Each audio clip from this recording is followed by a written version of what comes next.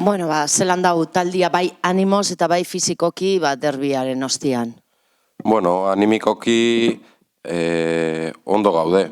Egia esan, motxila bat betetzen ari garela emaitz txarrarekin, baino argi dakaure bai zerekin bete behar dugu motxila hori. Eta oraintxe bertan, derbiaren ostean, porrotaren ostean, triste sentitzen gina, baino aste hasieran hitz egin genuen, partido berria prestatzen hasi ere, eta hortik aurrera egunak pasa, entrenamenduak pasa, taldea berriro animikoki ondo, motibatuta larunbateko partiduarekiko gauzak ondo egiteko, eta fizikoki, behingoz, aste normal bat eduki dugu partidua prestatzeko, lau entrenamenduarekin, eta hori ere ondo etorri zaigu larunbaterako. Bueno, el sueño de ganar el derbi se esfumó en los primeros minutos, pero te quedas con la parte positiva, ¿no? de esa reacción que hubo en la segunda mitad, en la de no rendirse y bueno, pues el dejar la mejor cara posible, ¿no? Sí, así es. Al final, íbamos con ilusión, con expectativas altas al partido del otro día en Zubieta, en el derbi guipuzcoano contra la Real, y la realidad es que en pocos minutos se nos escapó o se nos alejó mucho el partido.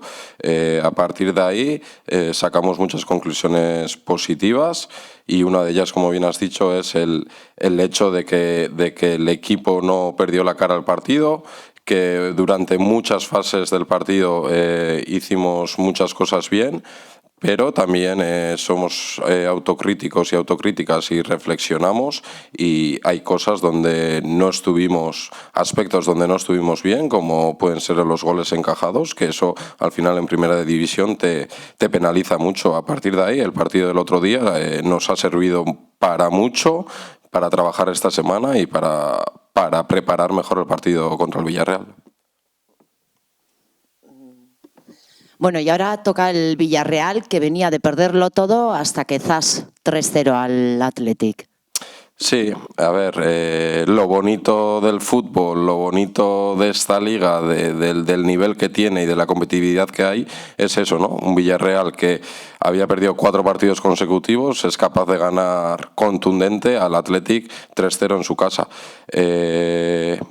Entonces, sabemos lo que hay, sabemos que cada partido es diferente, que cada partido es un mundo, y nosotras tenemos que hacer borrón y cuenta nueva rápido cada semana, independientemente del resultado que saquemos, porque sabemos que tenemos que estar a niveles y registros muy altos cada partido para estar cerca de puntuar y en este caso de ganar. Estamos convencidas de que este sábado, delante de nuestra gente, delante del Villarreal, tenemos una oportunidad muy buena y bonita, y queremos aprovecharla y que no se nos escape.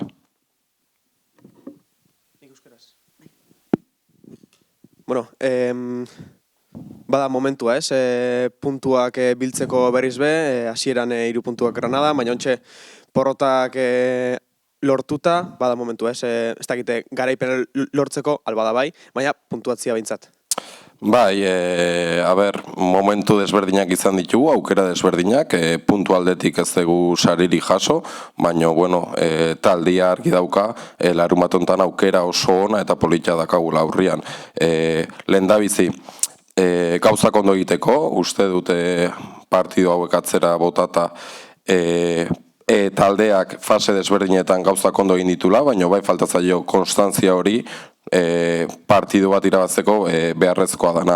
Orduan, larun batean uste dugu aukera hori dela. Villarreal dakagu aurrean, etxean jolasten dugu, eta gogotsu gaude gure jendearen aurrean partidu on bat egiteko, ez fase desberdinetan bakarrik baizik, eta partidu oso bat ondo egiteko, eta hortik aurrera gertu egoteko emaitz positibo bat ateratzeko. Puntuen beharra dakagu, egila da, garaipen baten beharra dakagu, egila da, orduan gure kontrolpean dauden gauzak egingo ditugu ondo, hortik gertu egoteko. Eta gainera, etxean jokatuta, etxean bebai indartsu izatia oso garrantzitsua, momentuz 0 puntu.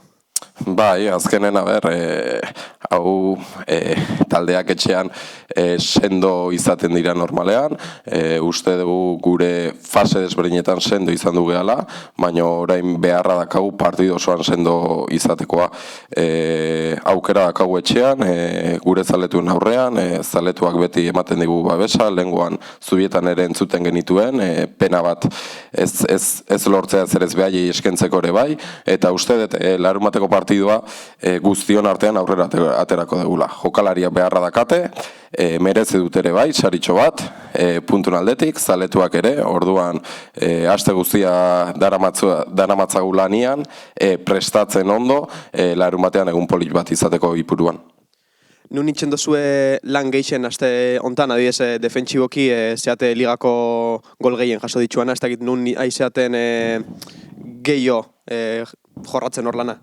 Bueno, azkenen denboraldian zehar, aste desberdinetan zehar, futboleko fase desberdinak lantzen ditugu, bai defentsiboki, bai ofentsiboki, bai, kuriosoa da, kostatzen nahi zaigula sendo izatea defentsiboki, nun lehen urtean talde oso sendoa izan du ginen, aurten kategori berrian, kalitate gehiago dakatere beste taldeen aurrelariak eta beste taldeak orokorrean, eta hor pixkat mina egiten aizaigue, lantzen ari gara situazio horiek, baita ere ari gera lantzen baloiarekin. Uste lehengo gunean ere Zubietan, momentu honak izan den genitula baloiarekin, eta pixkat ondo egiten ari gana refortzatu dugu, eta pixkat hor gaizki edo ezain ondo egin ditugun gauzak ere landu. Azkenean futbola partiduak fase desberdinetan egon bardezu ondo, bai baloiarekin, bai baloiarei gabe, eta esan deten moduan, behingoz, aste honetan lau entrenamendu izan ditugu, gauz desberdinak lantzeko.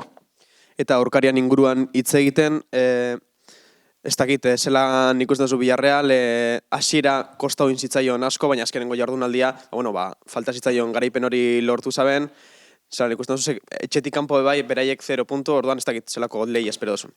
Bueno, Villarreal lehengoan lortu zituen lehenengo 3 puntuak, baina egia esan partido desberdinetan oso ondo lehiatzen ari zen. Sariri gabe, baina bai partidoetan bizirik egoten, emaitza motzak, uste eta aurten lehen urtekin konparatuta bai sendotasun hori lortu dutela defentsiboki, gol gutxi jasotzen, lehen urtean gehiago, eta hortik aurrera, beraiek etorriko hori dira, segurazki, motivatuta garaipen hori, lortutako garaipen hori ondoren, kontinuitatea emateko helburuarekin eta gu berriz emaitzaldetik ratxatxar hori mozteko helburuarekin. Orduan badakigu partido zaila izango dela, denak bezala, defentsiboki esan deten bezala ordenatuta goten dira, gero aurrian ere jokalari desequilibranteak dazke, nun kontratake horietan mina egin dezakete aurreko jendiarekin, orduan guargi dakagu zer nolako partidua egin behar dugun, landutako gauzak larumatean erakutsi nahi ditugu zelaian, eta hortik aurrera Villarreal baino begoa izan, eta nabaritu dadin etxean jolasten dugula. Porque no es lo mismo llegar al parón ganando que con otra derrota, ¿no? Al menos sumar, ¿no? Abrir ese casillero de puntos en Ipurúa. Sí, está claro.